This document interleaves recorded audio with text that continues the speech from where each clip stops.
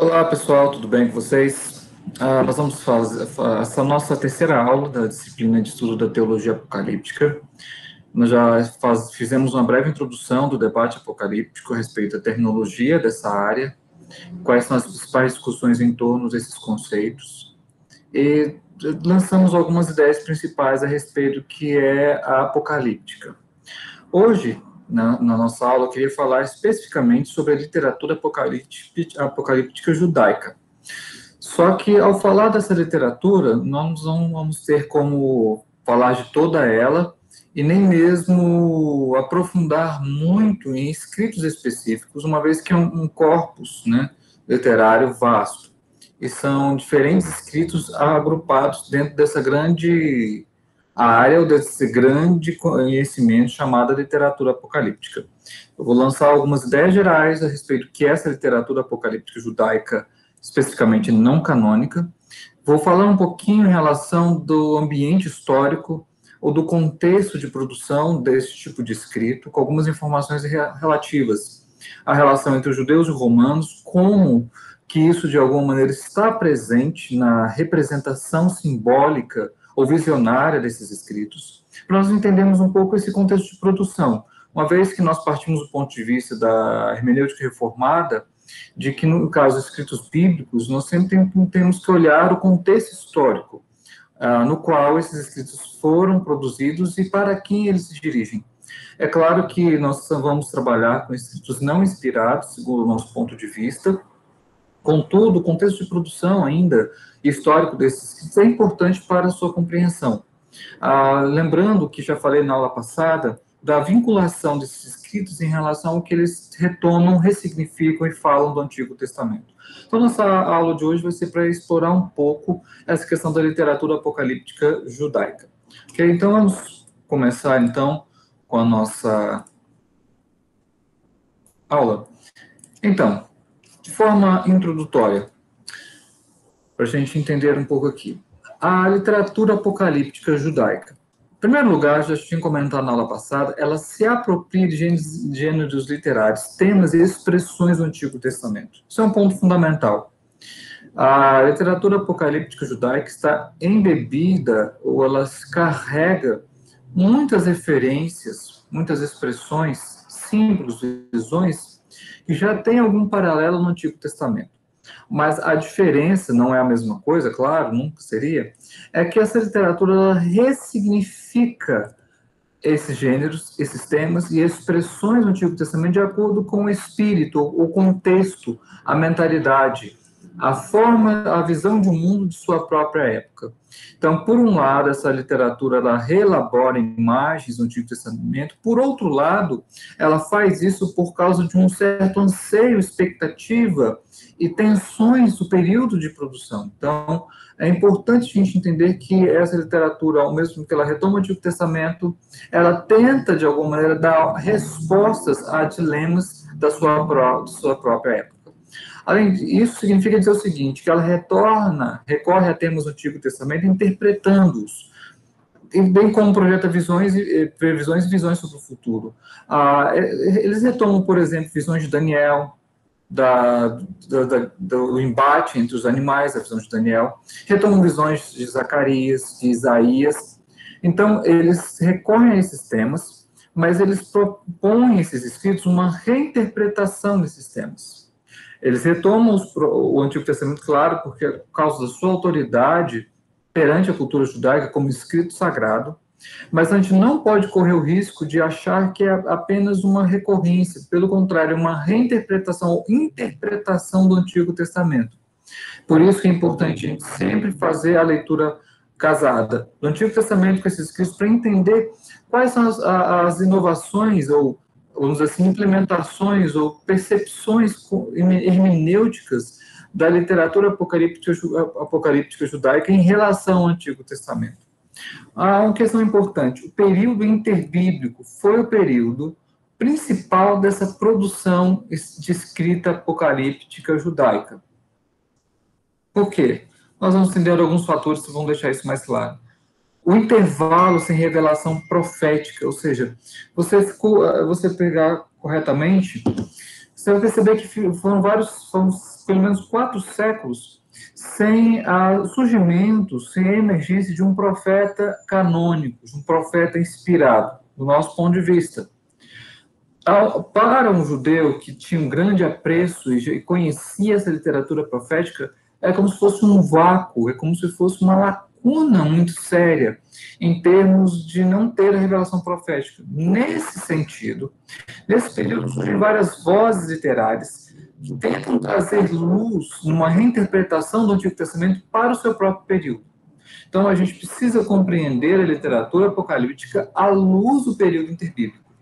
Então, a gente vai perceber que esses temas típicos do período interbíblico eles estão presentes na literatura apocalíptica. Monoteísmo, luta contra a idolatria, e eu coloco aqui entre aspas a paganização, só explicando que falar de pagão antes do segundo século depois de Cristo é um meio que anacronismo, porque não se usava, não era corrente o uso de a referência, mesmo na literatura apocalíptica judaica, aos gentios como pagãos. Isso acontece já durante o período de produção da literatura patrística cristã. Segundo século depois de Cristo, a partir então daí você tem essa referência aos gentios como pagãos. Por isso eu coloquei entre aspas. Essa é uma forma de entender que eles estavam...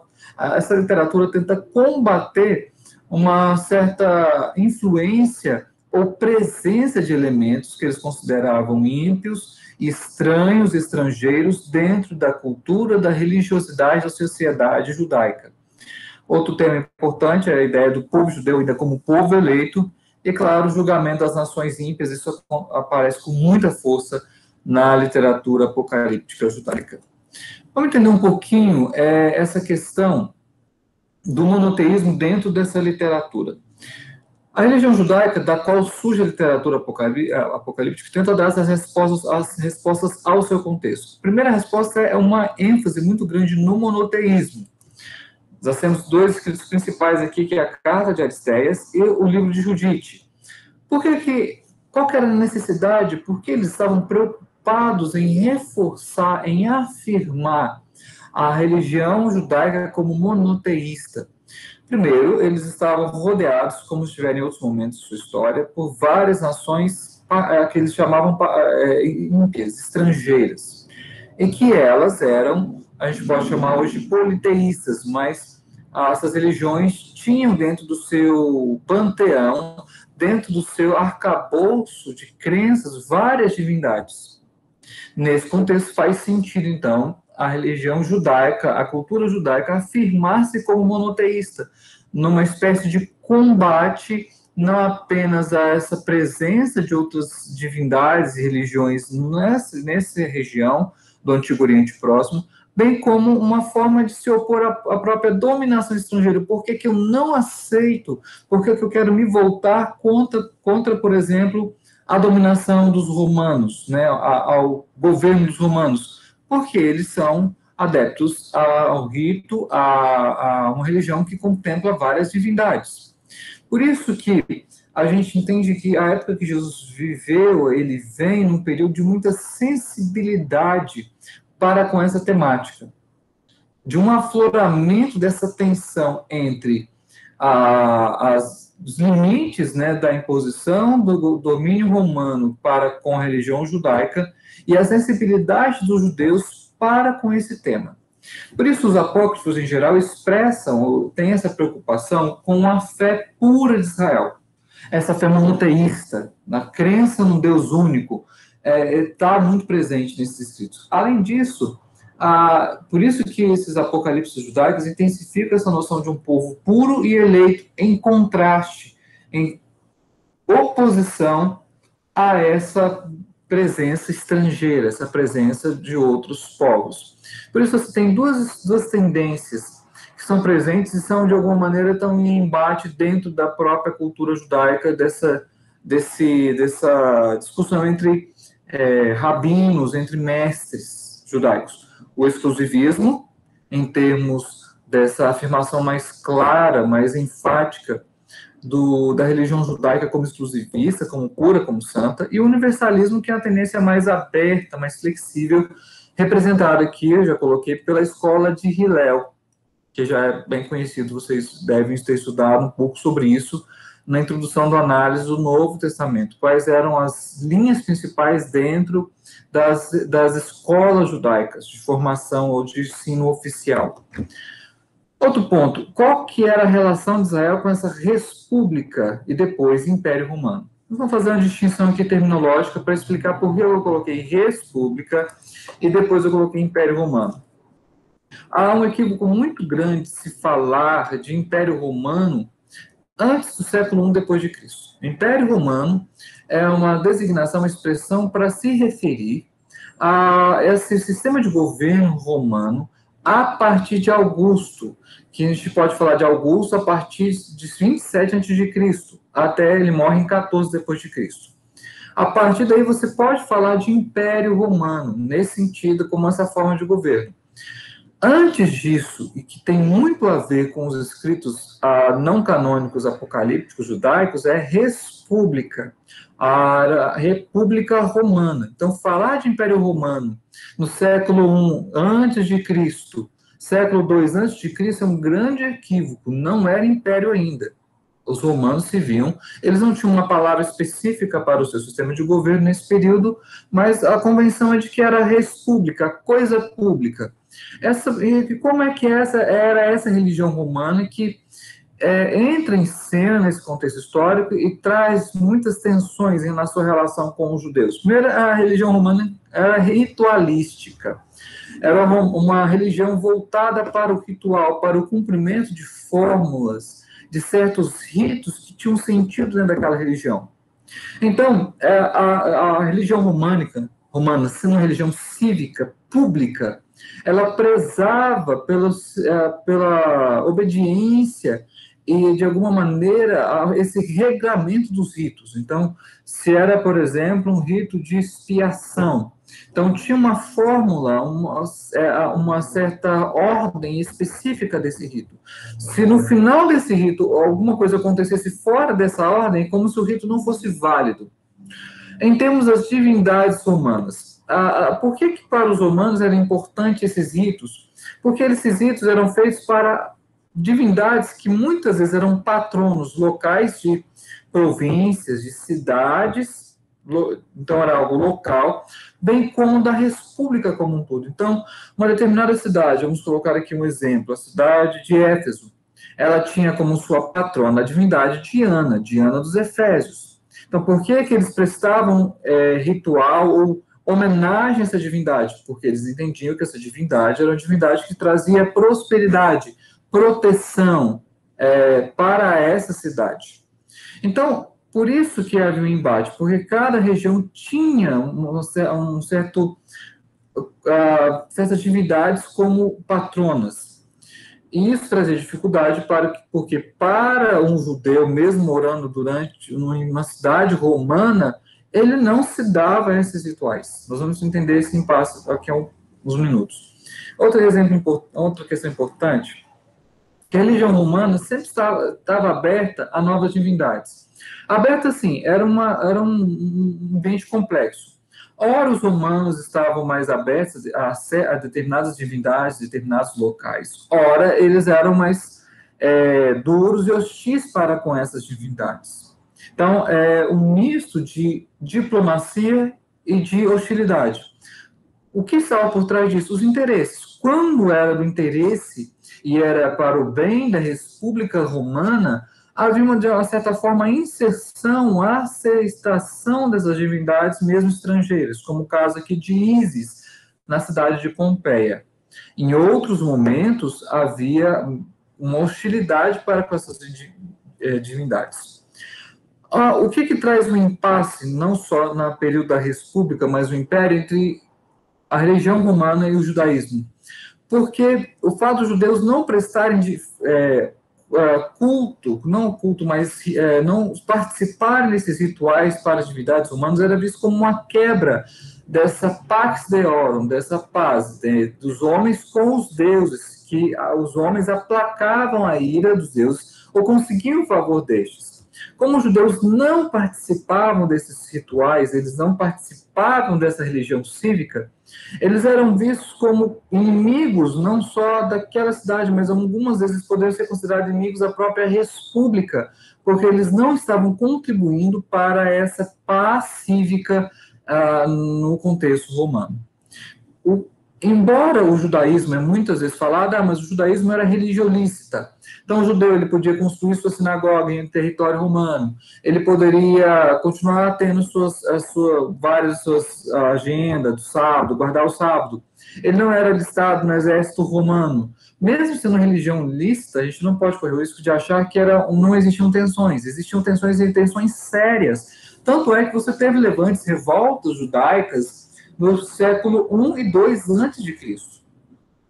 Movimentos mais conhecidos deles é a revolta dos Macabeus. Então você tem vários levantes e revoltas nesse período que demonstram para nós que existiam tensões muito sérias, muito profundas nessa relação entre judeus e romanos, só para explicar por que nos escritos apocalípticos há essa grande tensão, esse embate, essa guerra entre os justos e os ímpios, entre o povo eleito e santo e aqueles que são impuros, aqueles que são incircuncisos, porque esse era o ambiente de tensão daquele período.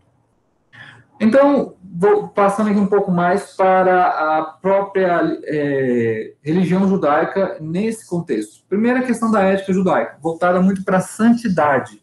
É nesse período interbíblico que surgem os fariseus, né? Eles aparecem aí, numa linha, claro, uma parte deles mais radical em termos dessa santidade, separação em relação aos povos estrangeiros e também em relação ao próprio povo judeu.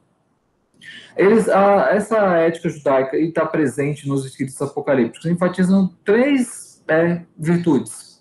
A ética enfatiza bondade, fraternidade e caridade. Claro, isso voltado para os judeus. Não é uma relação dos judeus para com os outros povos, mas os judeus entre si. E nós vemos aí a emergência de vários escritos, a Mishnah, a Peshat, ou Peshita, que alguns falam, e outros, que é essa forma de tradição dos anciãos. O terceiro elemento para a gente encerrar essa questão um pouco do contexto da época. A religiosidade antiga, ela se distingue bastante da moderna. A religiosidade antiga era baseada numa fé coletiva e não apenas uma escolha pessoal. Não era uma coisa que eu me escolhi ser judeu, não, era baseado numa fé coletiva. Eu nasci no meio do povo judeu, então eu sou judeu e essa é a minha religião. Eu nasci romano, eu sou cidadão romano, e não sou judeu, não sou outra coisa, sou romano, então a minha religião é a religião cívica romana. Não havia essa questão se eu posso ou não ser, era uma fé coletiva. Além disso, essa religiosidade antiga, desse mundo da antiguidade, claro, nós falamos aqui de forma um pouco genérica, era uma religiosidade imbricada com todas as esferas da vida. Então não era apenas uma área da vida, tudo envolvia uma questão da religião, ou dessa religiosidade. Então estava imbricada com a sociedade, com a política, com a filosofia, com a família, com o trabalho. Então tudo também tinha um aspecto vinculado à religião. E por isso que essa religiosidade era intrínseca à sociedade como um todo. Não era uma questão de opção de ser ou não religioso, eles eram religiosos. A questão é entender como funcionava, como operava essa religiosidade, qual a relação entre essas diferentes religiões convivendo no mesmo espaço público, algumas vezes espaço privado, entender essa forma de religiosidade daquele período. Então, qual que é um dos elementos mais prementes, mais presentes dessa literatura apocalíptica judaica? O messianismo apocalíptico. Ou seja, há um surgimento, uma efervescência nesse período da figura messiânica. É claro que essa figura ela tem contornos dados por esses elementos que nós falamos do espírito da época. Nós vamos ver isso presente agora quando analisarmos como aparece essa figura messiânica. Primeiramente, estava ligada ao monoteísmo e aliança. Figura messiânica que estava vinculada à recolocação do monoteísmo no seu devido lugar. bem como a ideia de aliança, o Messias do povo judeu, porque era o povo do pacto, da aliança. Além disso, nós percebemos que há uma efervescência, uma crescente expectativa em torno do surgimento dessa figura, que é uma figura que ela não tem,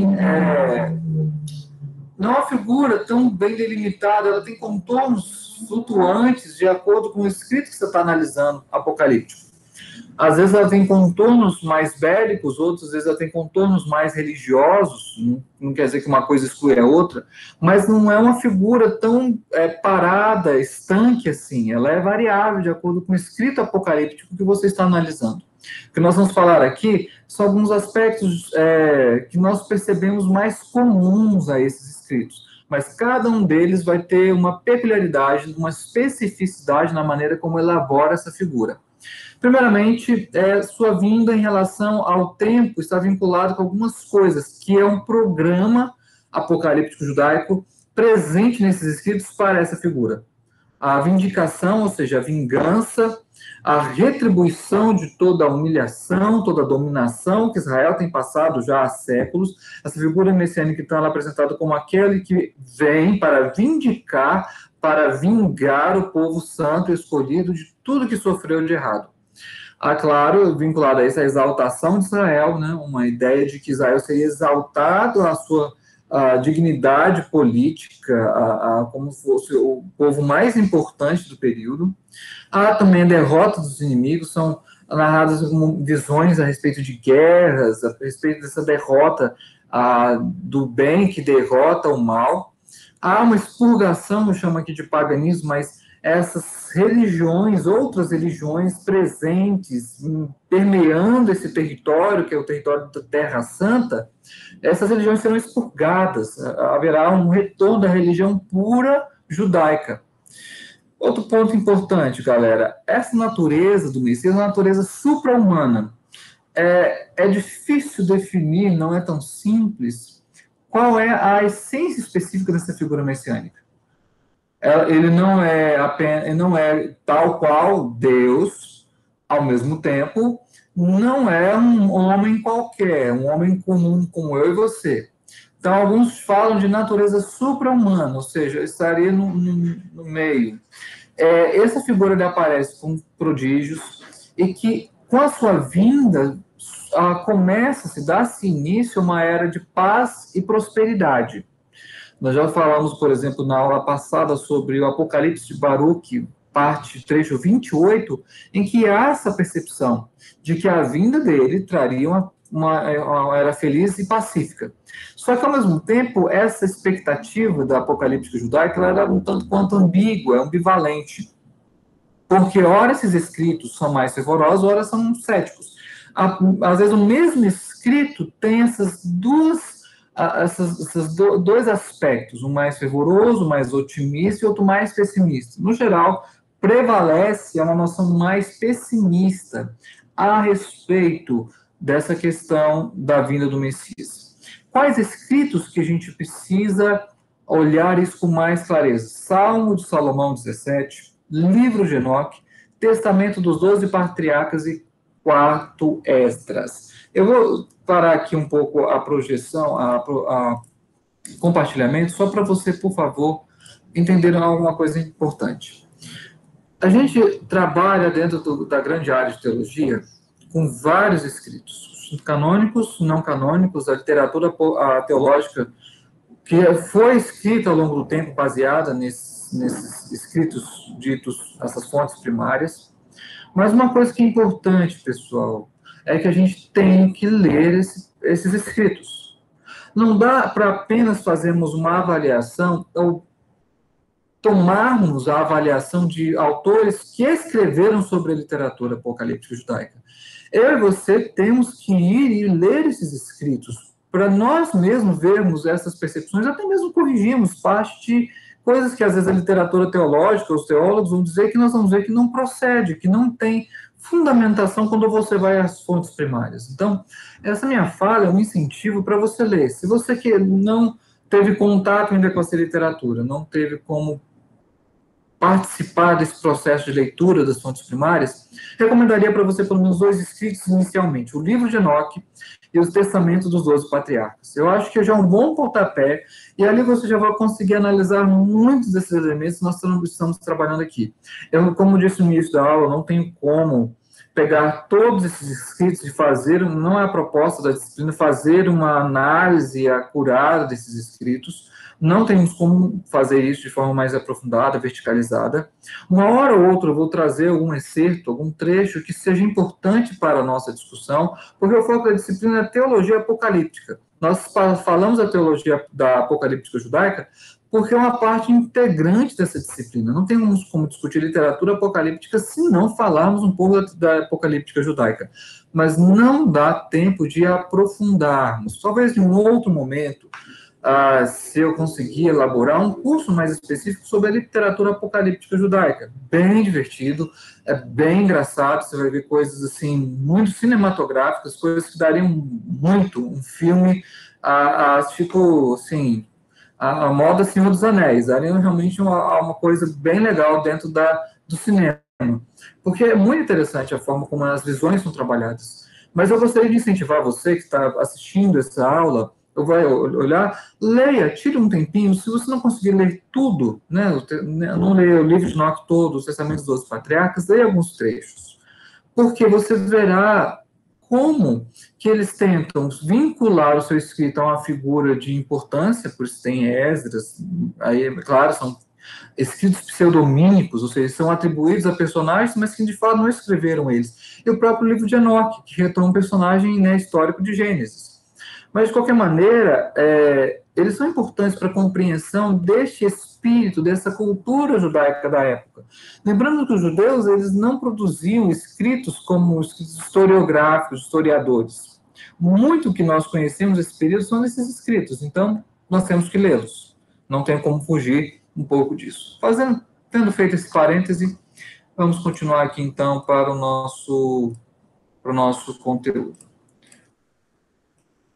Ok, como nós falamos desse messianismo apocalíptico, desses escritos, a gente tem que entender que esses são os contornos gerais da figura messiânica esperada no Novo Testamento. Quando as pessoas estavam pensando no Messias no Novo Testamento, boa parte delas, não todos, claro, pensavam nesses contornos, dada a influência desses escritos. A gente tem que tomar cuidado também para não assumir que esses escritos estavam apenas confinados aos rabinos, aos eruditos. Parte desses escritos eram conhecidos também pelo povo. Tanto é que se você, por exemplo, observar a pergunta dos discípulos, a gente pode dar uma olhada nisso, na pergunta dos discípulos para Cristo, em Atos, capítulo de número 1, você verá um pouco, deixa eu já pegar um texto rápido aqui da internet, você verá como se está presente essa noção. Atos capítulo 1. Só para você conferir, a gente conferir isso. Ok, veja bem, verso 6. Perguntaram a Cristo, já ressurreto, já prestes a ascender ao céu. Então os que estavam reunidos lhe perguntaram, Senhor, será este o tempo em que restaures o reino a Israel? Por que essa pergunta? O que eles fazem essa pergunta? Por que eles estão perguntando isso para Cristo? Porque compreendiam que ele era o Messias, que ele era o Messias. Mas a pergunta deles está dizendo se esse era o tempo, ele pensa em tempo aqui, isso tem muito a ver com a literatura apocalíptica, de tempos pré-definidos, em que haveria uma restauração, ou seja, o povo de Israel, a expectativa, a esperança de que eles fossem restaurados à sua posição, o reino a Israel. Então, a pergunta dos que estavam reunidos, ela carrega em si contornos dessa expectativa messiânica do apocalipsismo judaico. Percebam que está presente naqueles que criam em Cristo como Messias. Então, tão forte era essa influência, a presença desses escritos apocalípticos na cultura judaica. Pessoal, esse em resumo é a nossa aula de hoje. Eu não vou fazer aulas extensas, nem aulas muito grandes, para facilitar vocês a compreensão. Essas aulas estarão disponíveis no portal, ficarão disponíveis no canal do YouTube. É apenas para vocês compreenderem um pouco de como essa apocalíptica ela está presente, está embebida no contexto da sua época. Não temos como compreender essa apocalíptica judaica sem compreender o contexto histórico um pouco do período interbíblico. É claro, é um contexto extenso, vasto, de cerca de 400 anos. Contudo, nós temos algumas informações gerais que nos ajudam a compreender o porquê da emergência desse tipo de escrito nesse período na Judéia. Bom, espero que vocês depois possam ler alguns desses escritos apocalípticos judaicos, especialmente o Testamento dos 12 Patriarcas, Reforço e o livro de Enoque. Seria um bom começo para vocês que têm interesse em compreender melhor essa apocalíptica judaica. Espero que tenham aproveitado essa aula. Peço aqui, por favor, deem um like se for no vídeo do YouTube, compartilhem esse vídeo para outros alunos, outras pessoas que têm interesse nesse assunto. Eu acredito que é um conhecimento que a gente tem que popularizar no meio das nossas igrejas.